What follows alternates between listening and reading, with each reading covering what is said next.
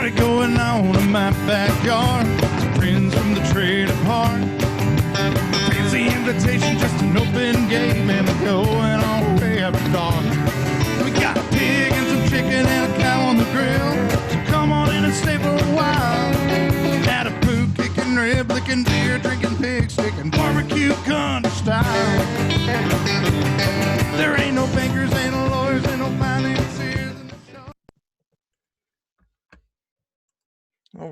All right. Welcome everybody for another episode of Two Pastors and a Guest. We got some a really cool topic you guys got to jump on tonight. You got to hear about this. This is going to be a really amazing little topic. We don't normally do what we're going to do tonight.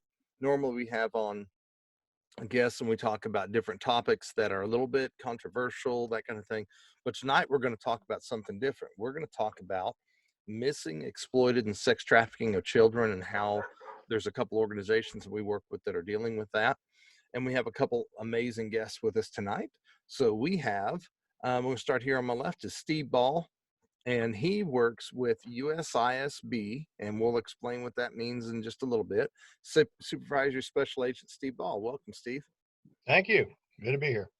And then we also have a wonderful guest, amazing lady. So Cynthia Rodriguez, and she's with Saving Lost Kids, which is another organization that is addressing that issue. And she works with St. Jude. So we had to plug that because that's just an amazing organization too.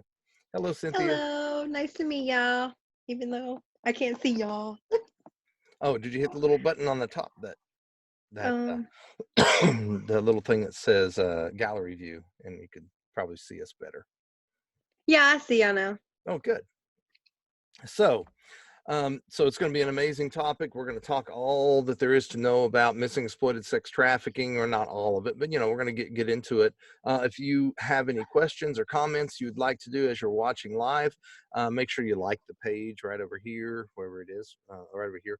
Like the page, and then make sure you hit a comment and go ahead and comment, ask questions, and if we don't get to it during the show, we'll get to it right after.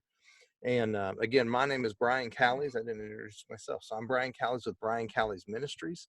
And I also work with both of these organizations, Saving Lost Kids and USISB. And well, let's go ahead and get into our topic. What do y'all say?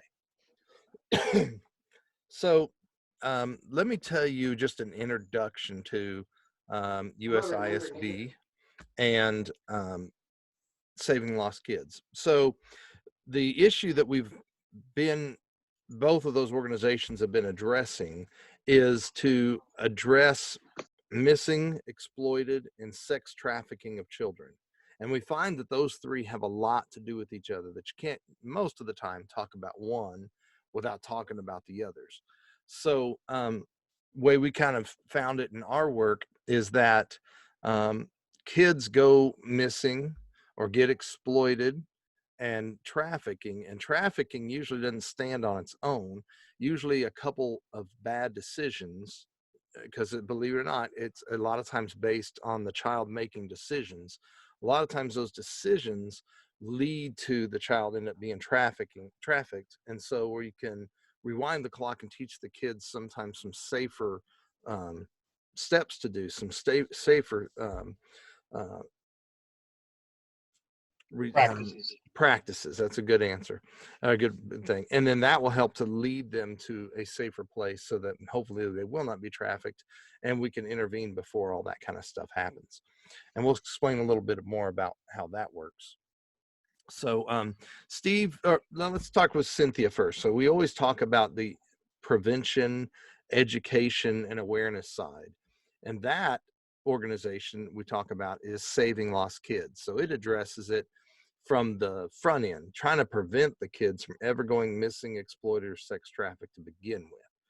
So Cynthia, tell us a little bit about what it's like at Saving Lost Kids. Like, why do you work with us, and why do you get involved? And just tell us a little bit about your experience with it. Okay. Well, I think it started with Mr. Brian coming to St. Jude as a speaker, and he caught my attention with what he does, is So he goes to events. So we go to events and we talk and we try to communicate with the parents on and how to prevent from their kids trying to like be safe and stuff like that when it comes to like the sex trafficking and all that. And we try to inform people about the parents, and we try to test the kids as well about what would they do in a situation like that. So What have you with found? Have you noticed how many times that the kids answer a wrong answer? yeah, a lot of them people a lot of parents don't realize it. And see, that's what we try to do for the parents will understand like sometimes we need to communicate with them in a different, I don't know how to explain it, but sometimes without the parents knowing, they think the kids will say the right answer, but in reality sometimes they don't, and so they get it wrong. And we try to like show the parents that, hey, you know, your kids could be a victim with just these questions, you know. So we test them to see where their like mindset of how they will react in a situation. And if they get it right, we would award them with little treats in a bag. But yeah, we go to these events, different events, and we talk to the parents and we talk to the children, as well as we try to bring that in the Hispanic culture as well, the Latin culture as well. We try to communicate, because if I'm not, correct me if I'm wrong, Mr. Bryant, but I think I remember he said that there is a high rate of Hispanic kids. Yeah, definitely. Well, so what I found out is that, um, we do free child safety IDs at the prevention side. And what those are great for is that way, if the child goes missing for any reason, the parent has information on the child that law enforcement needs to help find them, or investigator will need to help find them. And it's critical information, and it's pretty standard from what most of us would think.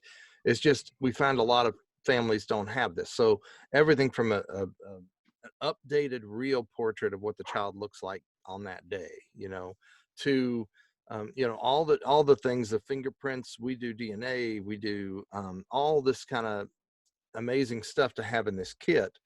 And we even got scent detection now. But what we found out in the Hispanic communities is a lot of times that documentation of what the child's information and stuff like that maybe is not as easily accessible. So it's really important to do that, because then if you're a bad guy and you go take somebody that has no real documentation, and maybe their parents are scared to go to the police and all that kind of stuff, it makes that child instantly a much easier victim. And I think that's kind of what we've seen. Do you agree with that, Cynthia? Yes, I do. And this was why I'm actually, if I'm not wrong, I think there's a really small amount of communication, especially with the language barrier going on. So a lot of parents feel like they don't want to get involved because of them being afraid of their background being checked of whatever reason. So a lot of parents tend to don't know what to do in order to find their kids. So with me, I help them like my Spanish, because I speak Spanish. I get to communicate with them. So what I do is I communicate with them and give them more information about what we do and exactly what we do, and inform them and clarify the fact that we don't do background checks. Our main focus is trying to find and try to focus on trying to avoid their kids getting trafficking. I mean, getting Traffic.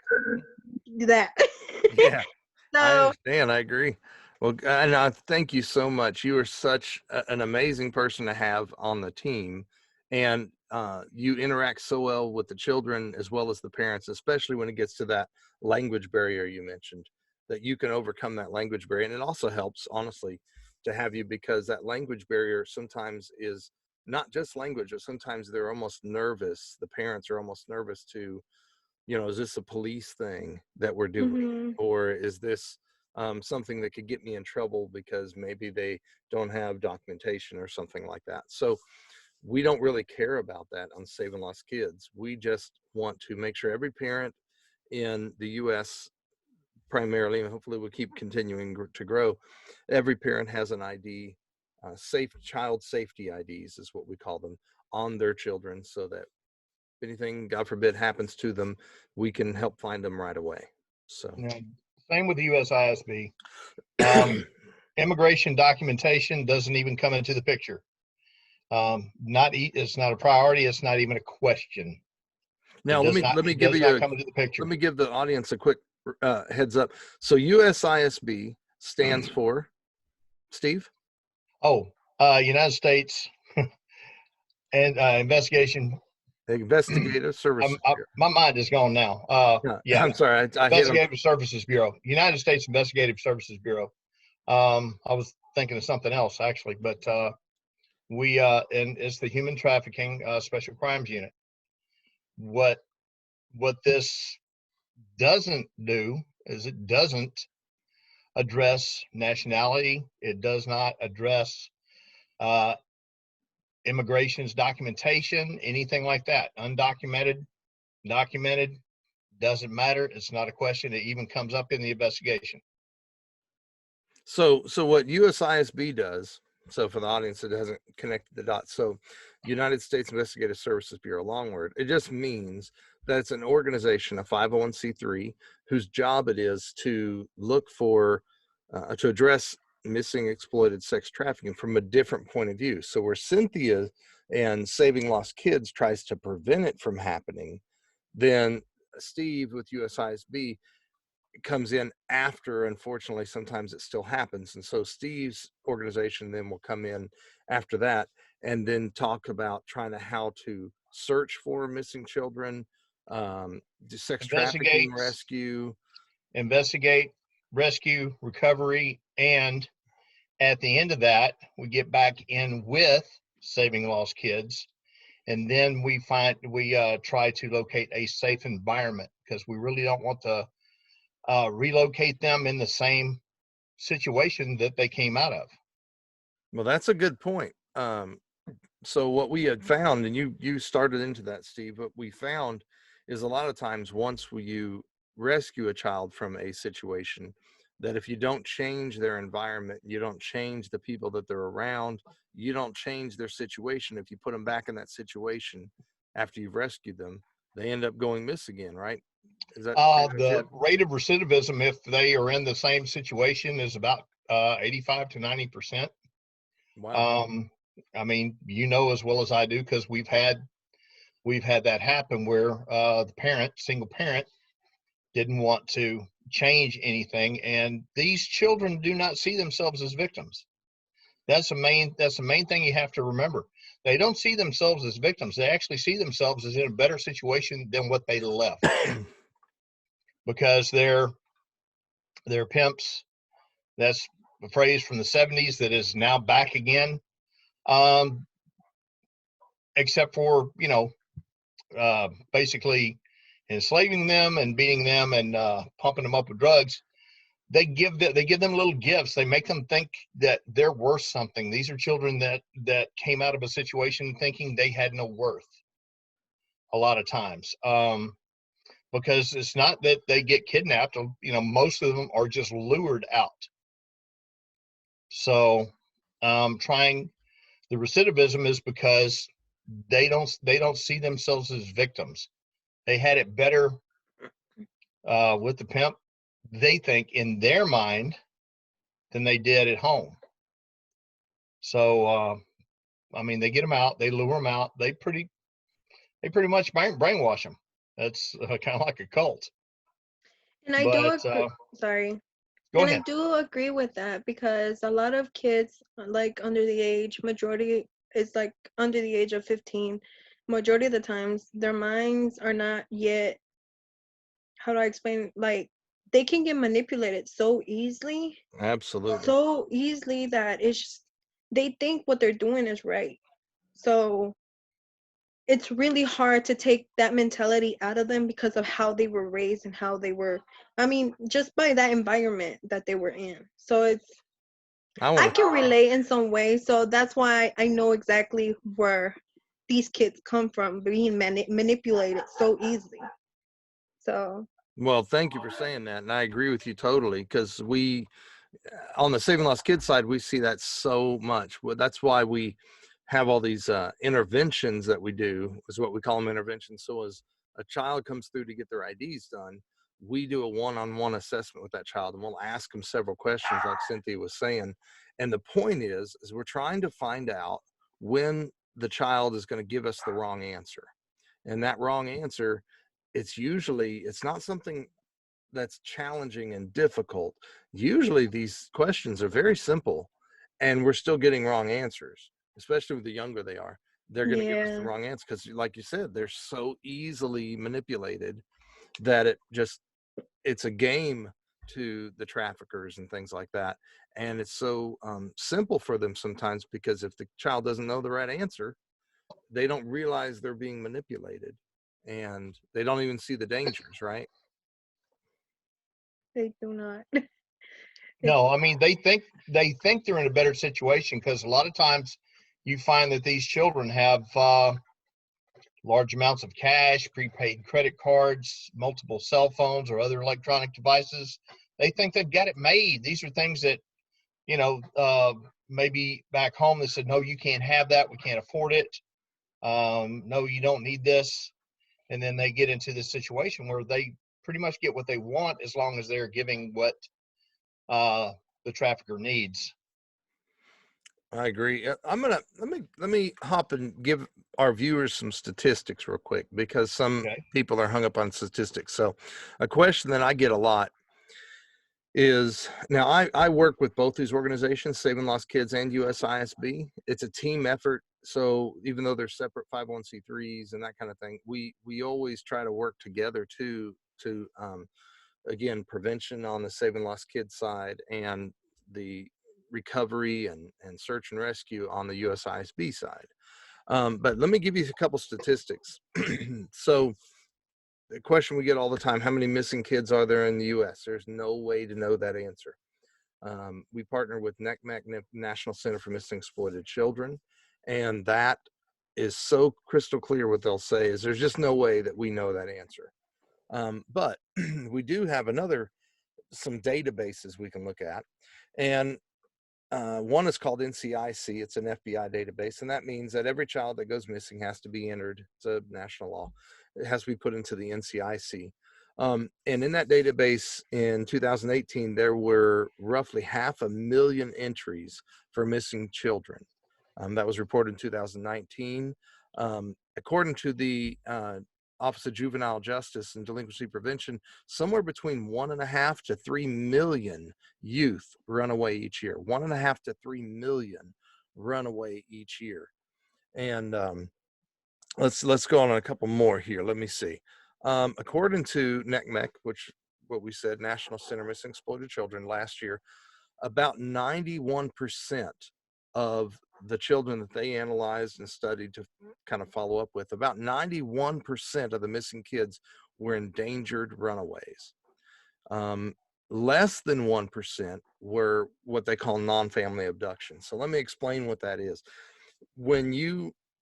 I always thought it worked like this. When we started working with these programs and Saving Lost Kids and USISB, what we thought is what we heard on television. We thought the way this works was a van pulls up next to this child, and it's a stranger in a van, and they grab the child and throw the child in the van and take off, right? That's how we have been taught and trained what sex trafficking is.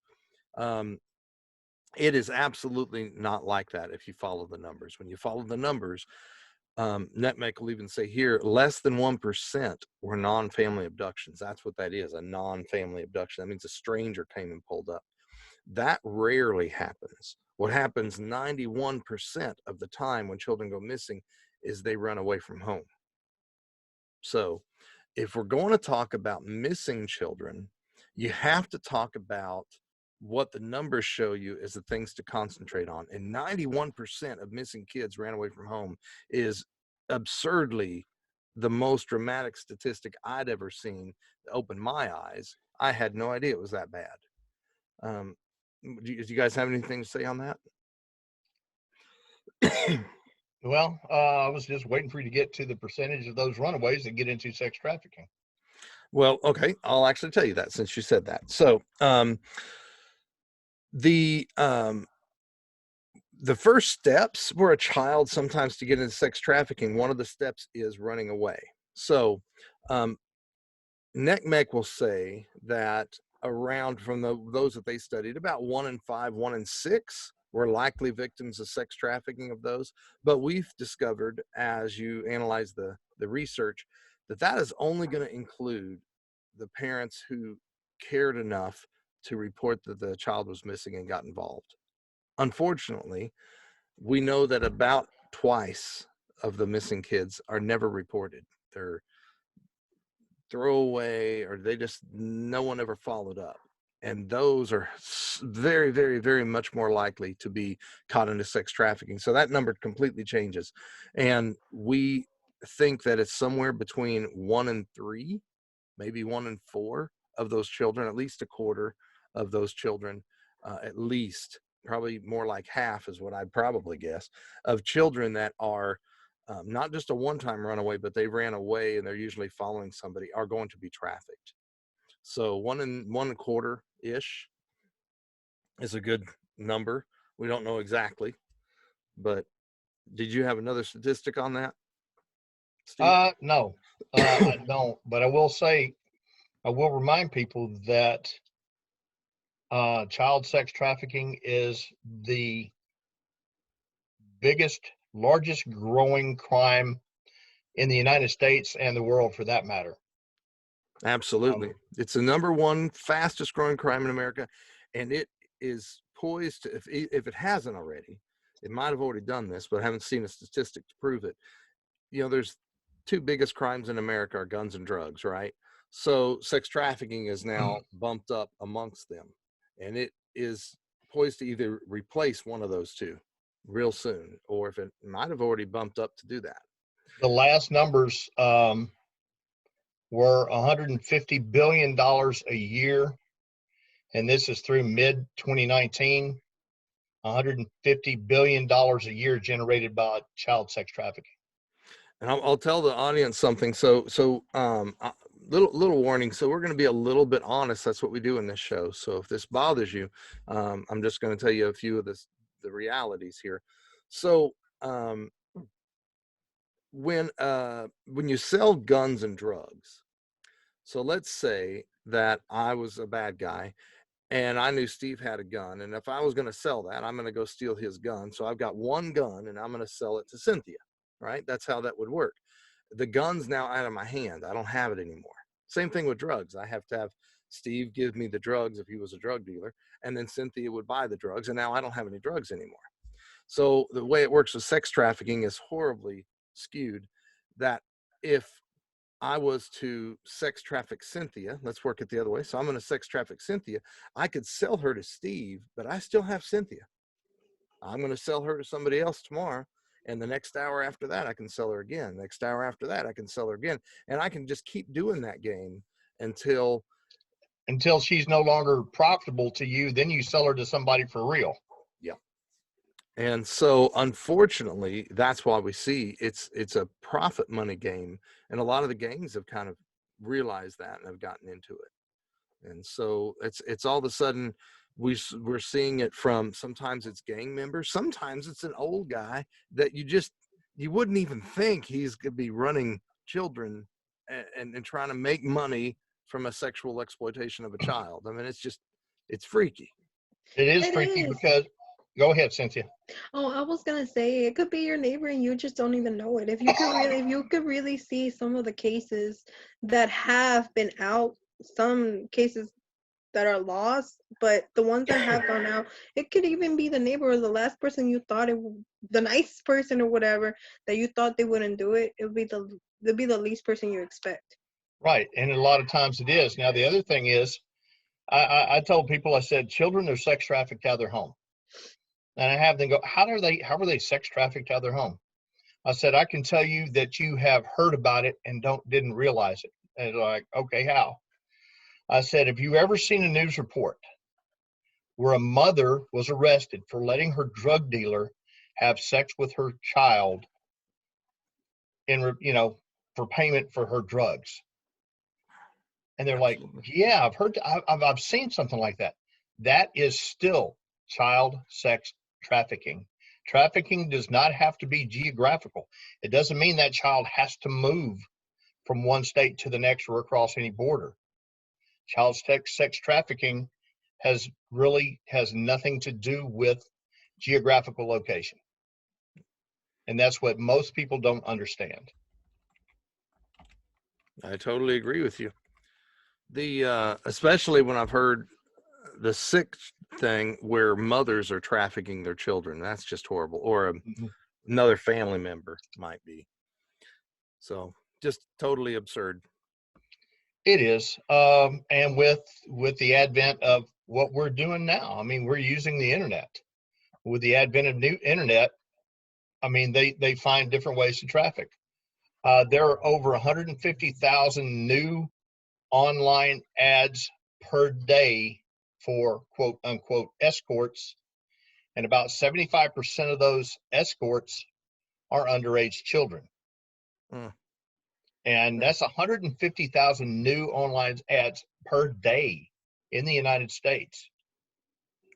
That's horrible.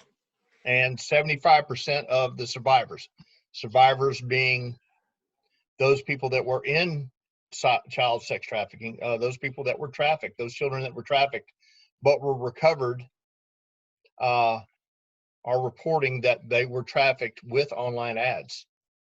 So that's huge. Yeah.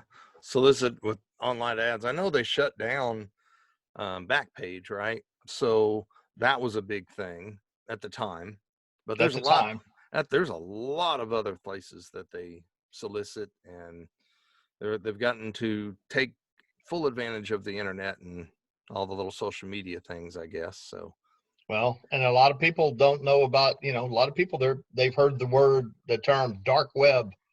It's on the dark web. It's right out there. It's in things that you would never think. It's in Craigslist. You never know where it's going to show up. Yeah. So, but there's a couple things that you can do that you can actually, look at kids and try and figure out, okay, well, what are the red flags? What are the behavioral indicators?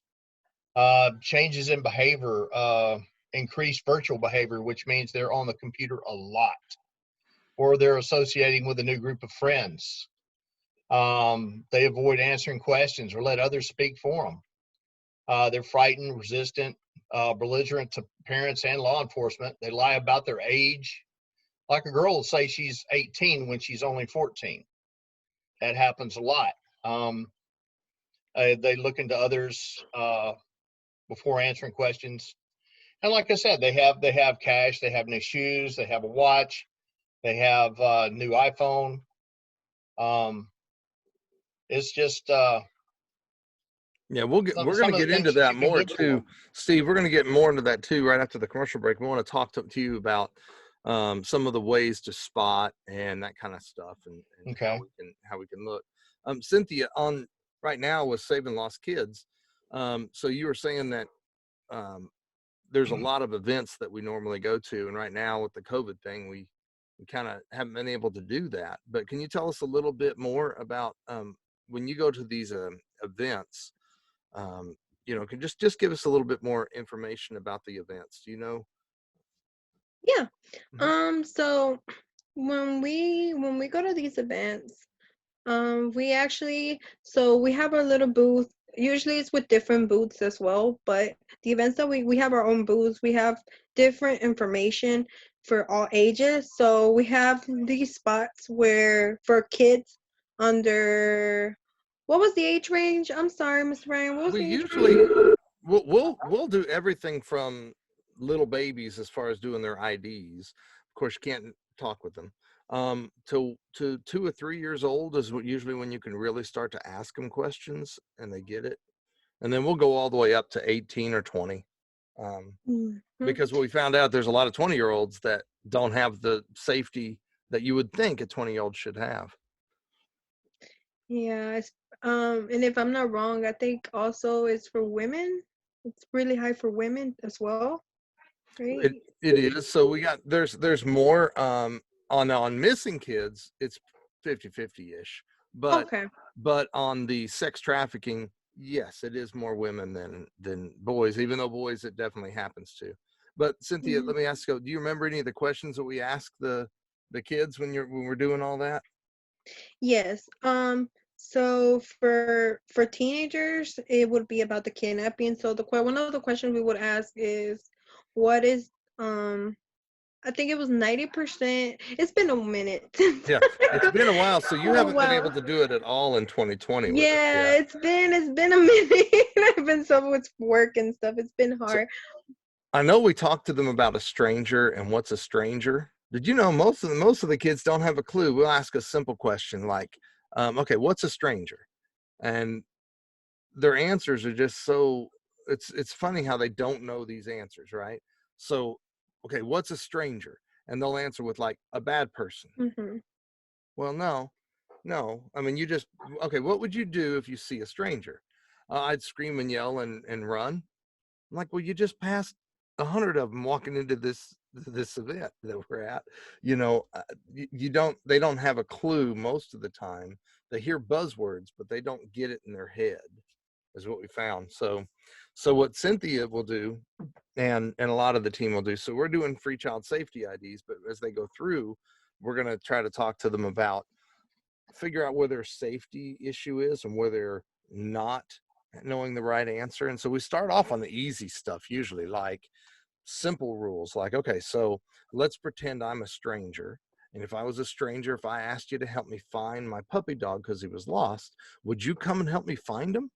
And almost every kid under 10 goes, yep, I sure would. And so that's what we're going to start teaching on. Okay, that ain't Or right.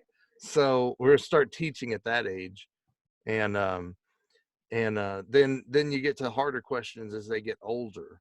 And so but we ask a lot of the teenagers questions that they miss, like Steve would yeah. say, some of the stuff that Steve was saying, and we'll kind of get into some of those preventative things. But the game is to get the child to know the safe response, the safe answer to do, um, so that we don't have to have the child thinking about it, because most of the tricks, they're that the bad guys use, they're tricks that the child can avoid.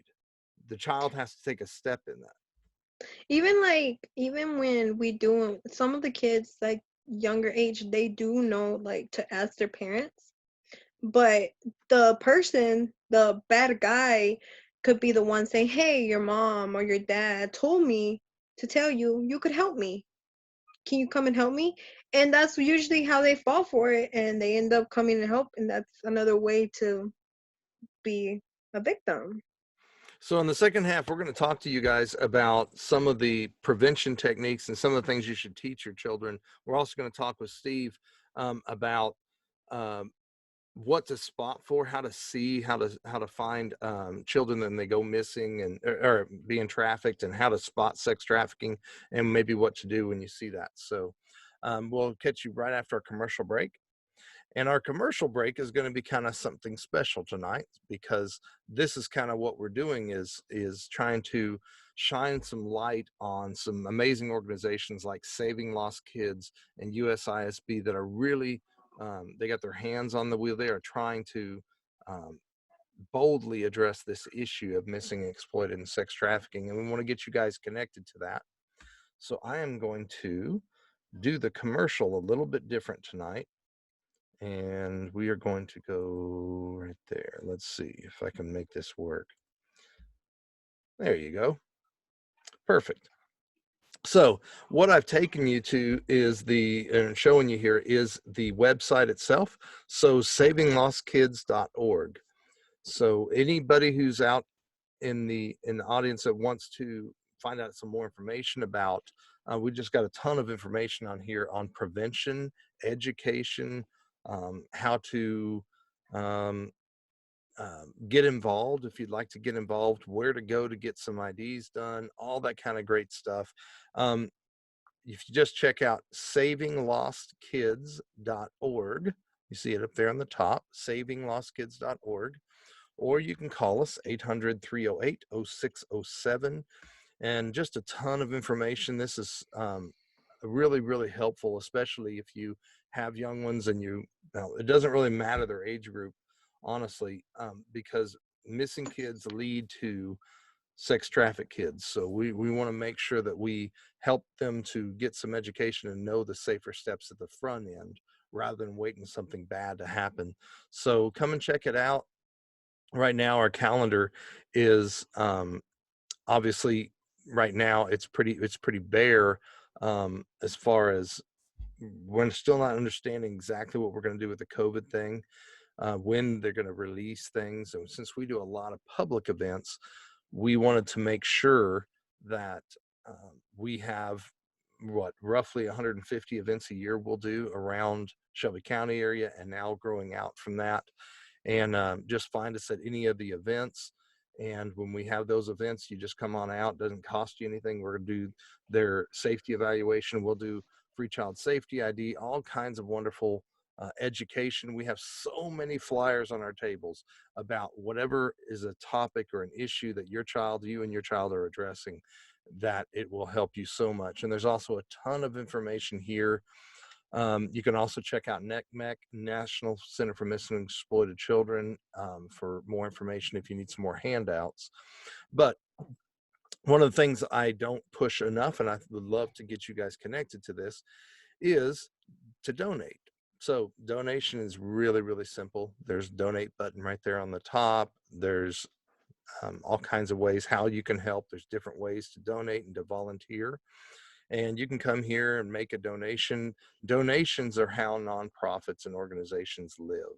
And so we can't do anything in Saving Lost Kids. Cynthia can't do anything without the funding to do that.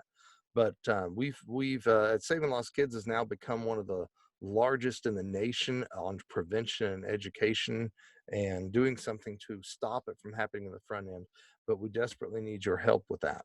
So I'm going to show you another thing now. Let's come over to USISB.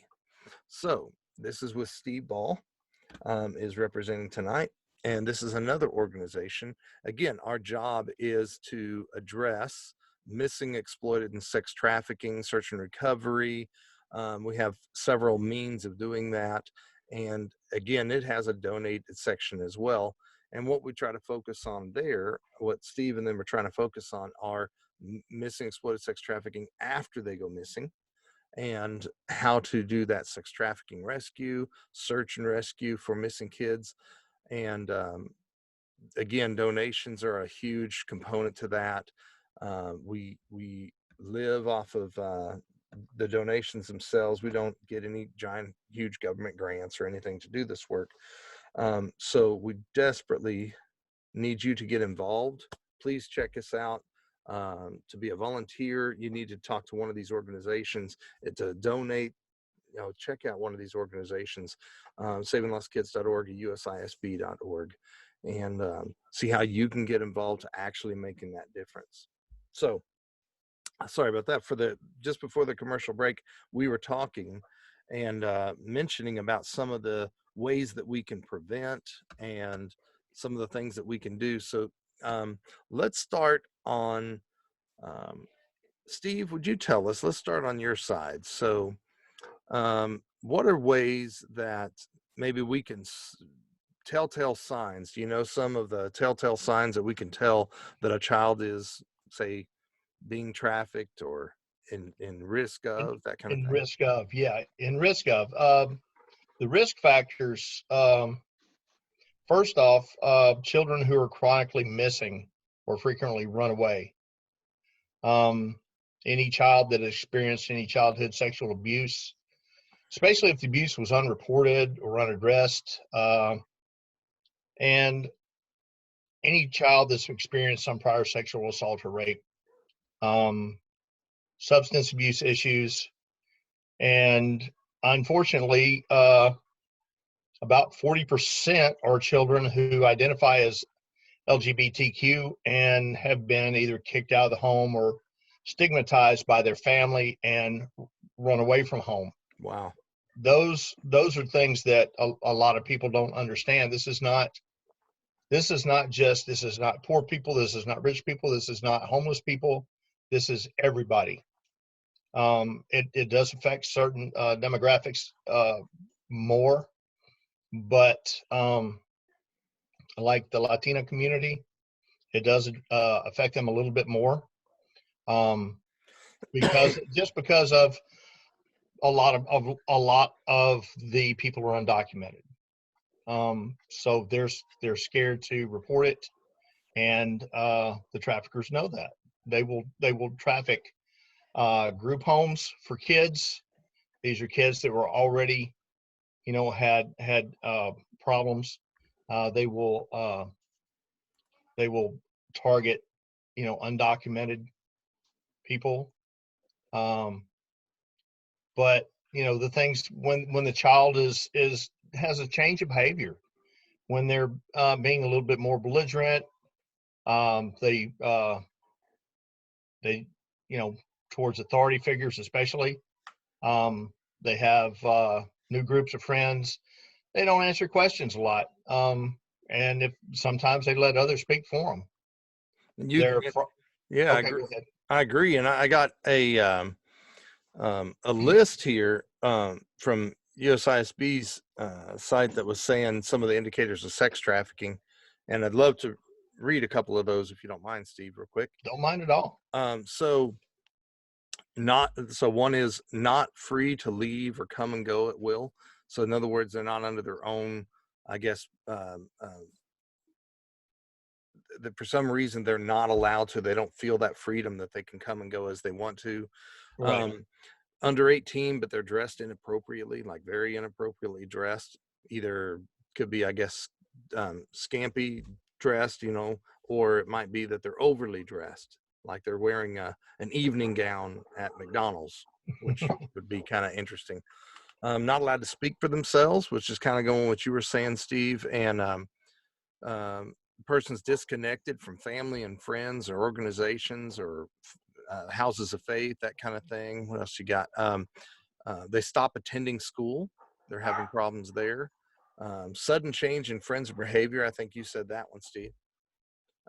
Show signs of bruising, cuts, tattoos, branding, stuff like that. So apparently, tell us a little bit about that, Steve. What do you see there? Well, especially with the branding, branding is not necessarily like cowboys branding a calf, but tattoos, and especially if you see your child or a child that with a brand new tattoo, it's not going to be some great, wonderful tattoo, but it'll be some type of little emblem, and especially if that you see that with other children in the child's new group, that means okay, they belong to a group, or they belong to somebody that runs that group. And they were talking about bruising and cuts and stuff like that too. So I'd imagine that's the attacker or the trafficker doing something to them physically. Well, if they don't cooperate, yeah, they're going to make them cooperate, because this child is an investment to them. That's it. It's a piece of property. And this child is an investment. So if that investment isn't paying off, they're going to do whatever it takes for that investment to pay off. And then you mentioned something earlier about possessions and having either they got a cell phone that they didn't. How did they get that cell phone? Or right, or multiple phones, or beautiful necklace or something like that. Yeah, most likely, most of the time it's some designer jeans, new shoes that they wanted, a watch, jewelry. But if you look at a child that you ask a kid a question and they look at somebody else before they answer the question, find out who they're looking to, who they're looking at. We had that one in Germantown, the recovery in Germantown, just 6 months ago. Yep. That was at if I remember right, at the Arby's. Yeah. Over in Bartlett. That was a 20-year-old that had been missing for 4 years. 4 years. Or 6 years. Yeah, 6 years. 6 years. Yeah. Yeah, and one of our people just noticed that she was exhibiting a lot of these behavioral indicators, and was with an older woman who was her trafficker, and got her away. Got the Germantown PD involved, and this is, if you look at these indicators, I mean, people say, well, I may not see that, but you may. If you look at it and you read these and you say, you know what, maybe I know somebody that exhibited those type of indicators, you know, And then I especially, see here that you say when you spot a victim like that and you see those indicators, what you should do. And one of the things I see here is do not engage, observe, and report. right, Is that observe and report, because you really don't want to, you don't know who that trafficker is, how many there are with them, what they might be prepared to do to protect themselves. so? Don't get involved by going in and trying to rescue the girl yourself or something, or the kid yourself. No. Right.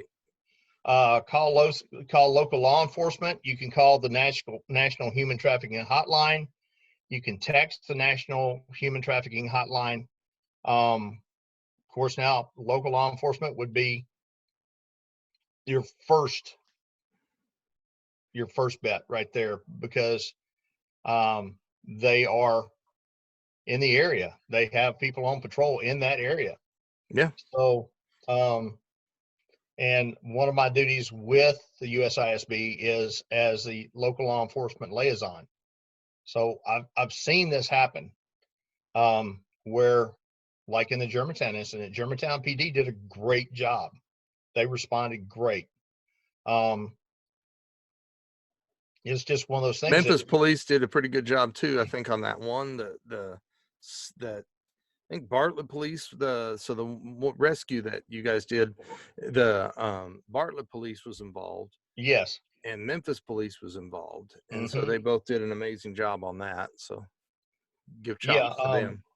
they do. Although, and here's the thing about the police. The police really don't have the manpower for this type of thing. The only one I know is the Soto County Sheriff's Department does have a separate office for this, and they do a wonderful job, outstanding job.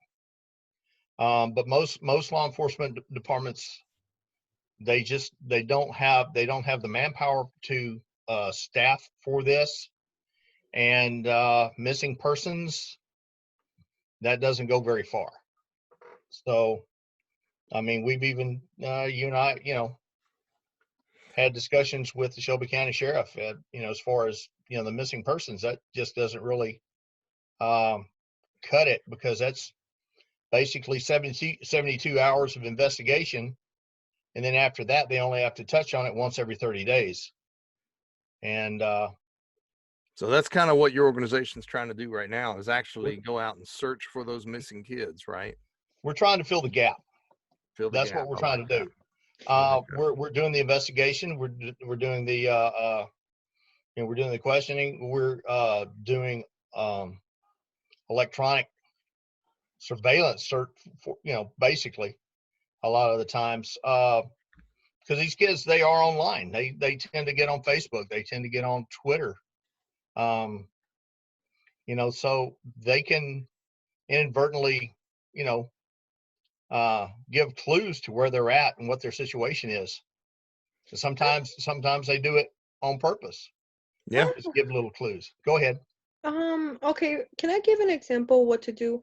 I saw this a while back where there was this post where they were sharing because there was a suspicious text message that had to do with human trafficking. So in that case, what do people can do in case they get a suspicious text message in their phones? What exactly can they do? Do they just call 911, or how can they handle that situation? They can call. They can call well, don't call 911. You just call the local law enforcement office straight. And then you can also call what you said, also the National Human Trafficking Hotline. But Yeah. here's the other thing. When I said text, that falls into what Cynthia was saying. They could text 233-733. It doesn't show as National Human Trafficking Hotline or anything. It's just 233-733. And they could put in help. And then of course they can delete that text. But the Oh, National so Human you can text the National Human Trafficking Hotline as well. Then is that what you're saying? Yes. Okay, You that's cool. text them and they'll have the number that came from. Then you say help, you can delete that, and the trafficker will never know. Oh, that's important. Say that number one more time. 233-733. And then just you can text the word help, and they will know. Okay, You can wow. text help. You can text whatever you need to. That's good. And then delete that text. And then what happens is they can locate that device. Well, I think what Cynthia was also saying is that, so if you got a text like that and you suspect that it might be a trafficking thing, right? Should you? Selling wise. Yeah. So I would say, from my gut, would say that if it's just a suspicion, I wouldn't dial 911 on a suspicion that maybe. But Right. if you've got a pretty heightened awareness, what I would do there is, by the way, is call your local law enforcement non-emergency number, because this isn't like, okay, that person's going to die in the next 10 minutes. You know, it's not an critical emergency. It may not even be what you think. But if so, I would pick up the phone and then call their non-emergency number, whatever your local law enforcement non-emergency number. Is that what you're saying, Steve? That's what I'm saying. Yeah. You really don't. 911, the 911 system, and I do have a lot of experience with this. The 911 system already is overly burdened. People call 911 to go to the dentist. People call 911 because they cut cut their finger, or they have had people call 911 to solve homework problems. Oh my God. Yeah, 911 is overly burdened. But if you call the local law enforcement's regular number, you will talk to a dispatcher. The dispatcher will put you through to who you need to talk to. And then they come and they take the report and investigate what's going on. Perfect. Thank you. Well, let's talk to you real quick, Cynthia, on this. So we talked about how to spot dangers and how to see if sex trafficking goes. But one of the things that you work with is trying to prevent it from happening altogether. And that's a lot smarter way of going, is to not have bad things happen and not have to get Steve and USISB involved in it all. So I know what we discovered is this. So 91%, the numbers say, roughly, 91% were endangered runaways. So in other words, they ran away from home, and that's why the kids go missing. And that's where a huge pool of all the sex trafficking comes from, these runaways. So running away seems to be like it's a volunteer response. In other words, you had a part to play in it. You chose that you were going to run away, and you chose how you were going to run away if you were a child. And so is that some of the stuff that you guys do, is try to teach them how to run away safely, or what alternatives to do and that kind of stuff? We do both. Okay. So so what we do is, in that case, we try to talk, like, we tell them in case how safely to do it in case they're in a situation where they have to do it. We usually advise them to never do it and try to work their problems out before they get to that extreme. Yeah. But if they have to, what we do is we safely advise them to go somewhere safe, whether it's a friend's house, whether it's someone that he trusts, to go there and not be out in the streets or outside of a school or something like that, because those are targets where people that are looking for those targets, that makes you a victim. So now, a lot of that. Good answer. You guys are trying to give them alternatives then. Number one, they probably don't even know that, a lot of them don't even realize how dangerous running away is. Yes, because right? they never when someone's majority of the time when they're runaways, they don't tell nobody. They don't tell anybody what they're gonna do, what time are they gonna do it, or any of that. They just do it without thinking of the consequences or anything. So we tend to talk to them and try to advise them in case they do it, to what to do in that case. Yeah. And then you were saying some of the safer ways of running away. If you're gonna run away, go to like a neighbor's house, a friend's house, or a relative, someplace you trust, someplace that you feel comfortable at, right? Is that what you're And saying? yes, and always call the house that you left out. Always call them, your parents, whether it's a parent, whether it's a guardian. Let them know that where you at, or not even that, but just let them know that you're safe where you at. For That is they so smart. That is a whole lot better because, you know, if 91% of the missing kids are runaway, that's a big problem that we've got. And if we can just work on that problem, it seems like we can really, hopefully, make Steve have to not even be in business, right? So that we won't have to go searching for the kids after they go missing and trafficked and all the bad stuff.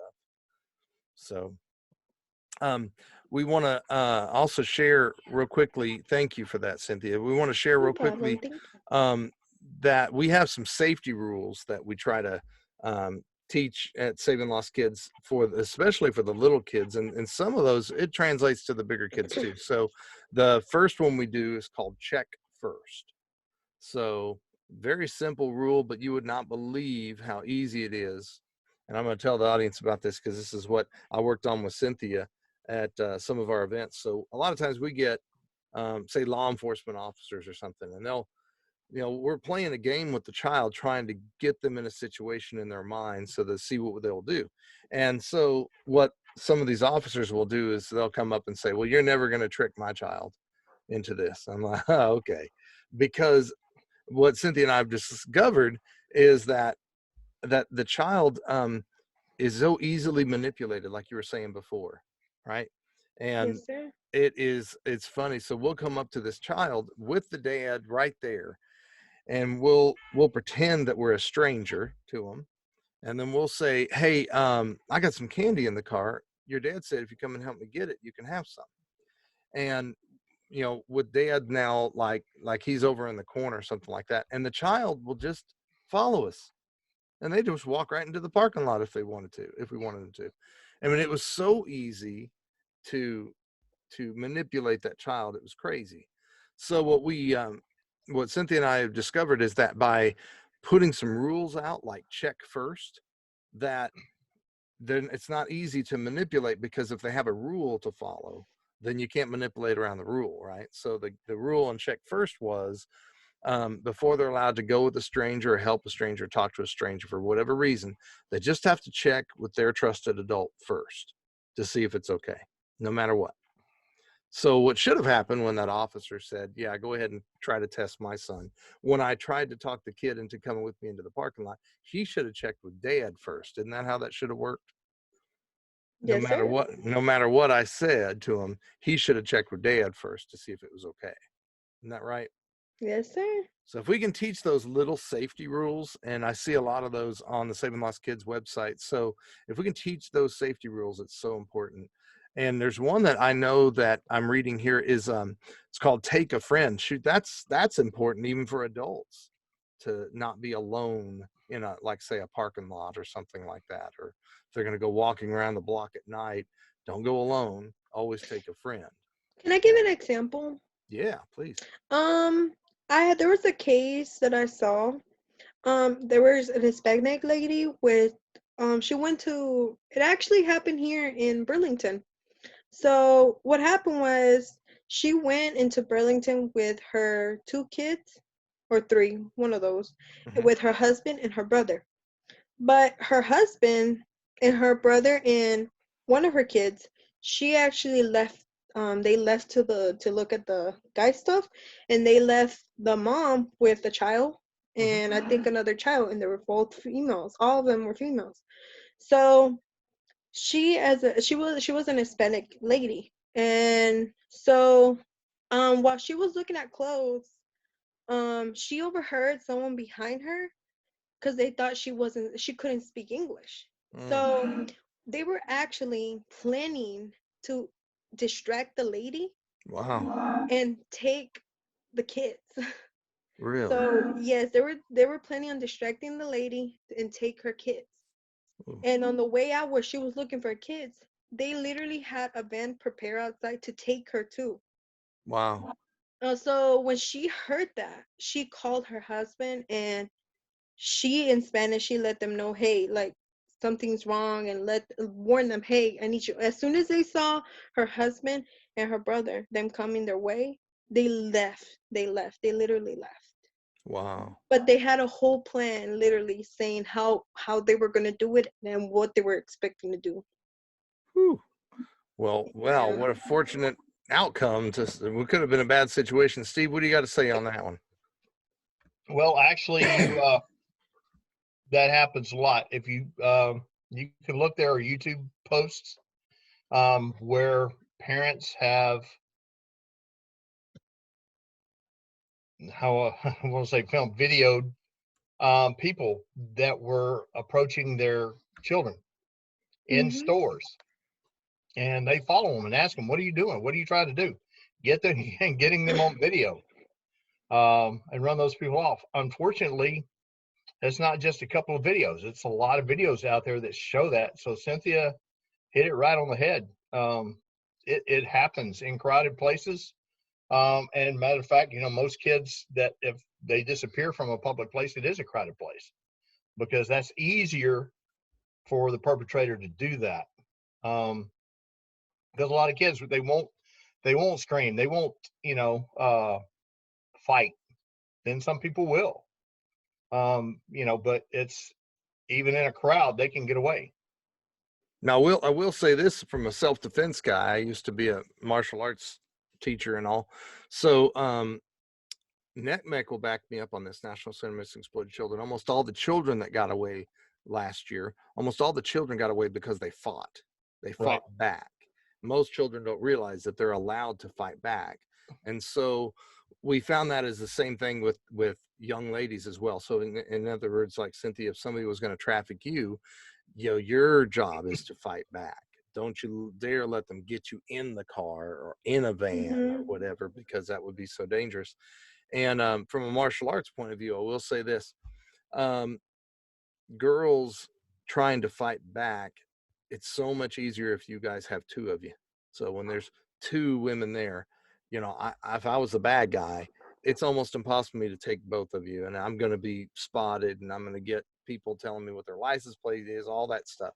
So having a couple people together, adults or children, it is so important to take a friend. But if you were going to fight me, I will suggest this. Punching me from a girl's point of view won't really do anything to me. I'm a guy.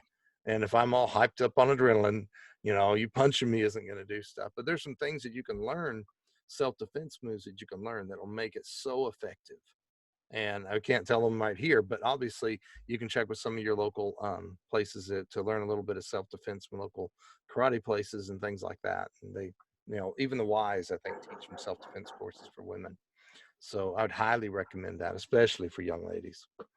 So I just want to thank everybody for being on the show today, and it's been an amazing show. I'm glad we got a chance to talk about this super important topic, missing, exploited, and sex trafficking of children. And so I want to thank you, Steve Ball, from USISB, trying to do sex trafficking rescue and search and rescue and all that stuff, trying to recover those kids that have been caught up into some unforeseen but terrible things. So thank you, Steve Ball, for doing that.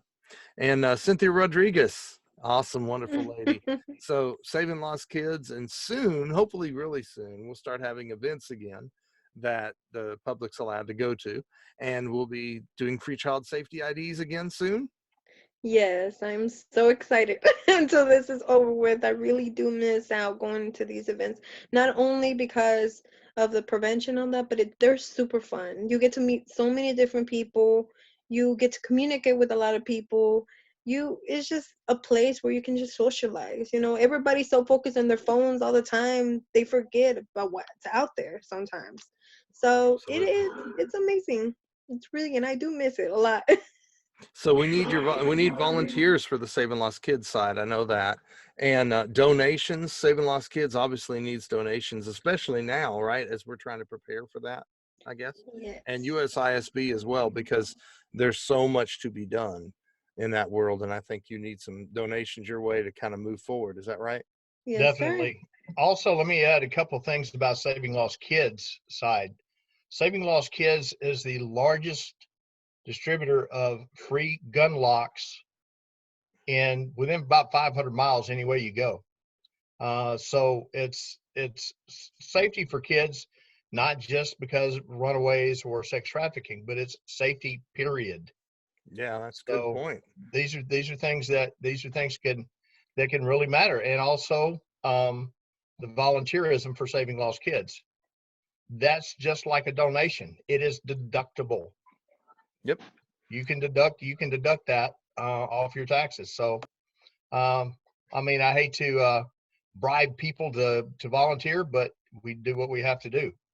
So we need the volunteers badly. Both these great organizations need your volunteer, and they desperately need your donations to get us to do our work and our job even at a bigger scale, right? And to be able to keep doing what we're doing. So we would love to have you as a friend, as a partner to either one of these organizations. Again, Cynthia, thank you so much. Steve, thank you so much.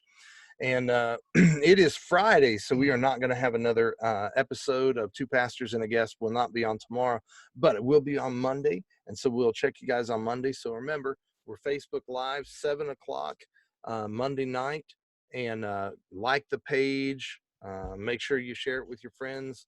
And we will see you on Two Pastors and a Guest on Monday. Bye. Thanks for having me. Thanks for having me too. It's